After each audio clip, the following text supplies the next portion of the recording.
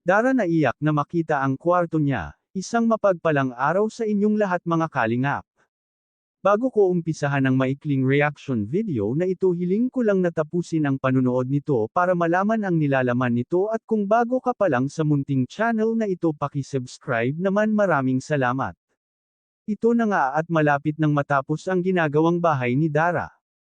Talagang minamadali ito ng Carpentero para makalipat na si Dara. Excited na nga itong si Dara lumipat sa bahay niya, at araw-araw ay lagi niyang sinisipagan ang pag-asikaso sa trabahador. Sinabi pa nga ni Dara kay Kalingap Rab na sa tuwing gigising siya sa umaga ay ang bahay daw kaagad ang kanyang tinitingnan, at sa tuwing matatanaw niya ito ay bumibilis ang tibok ng puso niya sa excitement ng kanyang nadama. At ini-imagine pa nga raw niya kung paano sila matutulog ni Bea sa magandang bahay, panigurado daw na maninibago silang magkakapatid. Mga ilang linggo na lang ay matatapos na ang bahay ni Dara. Nangangamba nga itong si Dara at baka pag natapos na ang kanyang bahay ay hindi na daw siya puntahan ng mga team Kalingap. Sinabi naman ni Kalingap Rab na pupunta-puntahan pa rin naman daw siya kahit tapos na ang pabahay sa kanya.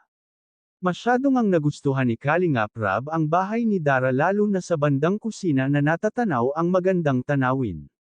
At ito ang tanong ng mga viewers, lilipat kaya ang mga kapatid ni Dara sa kanilang bahay lalo at makita ng mga kapatid niya na maganda ito? Sana samahan na nila ang kapatid nila at magsama-sama na sila dito.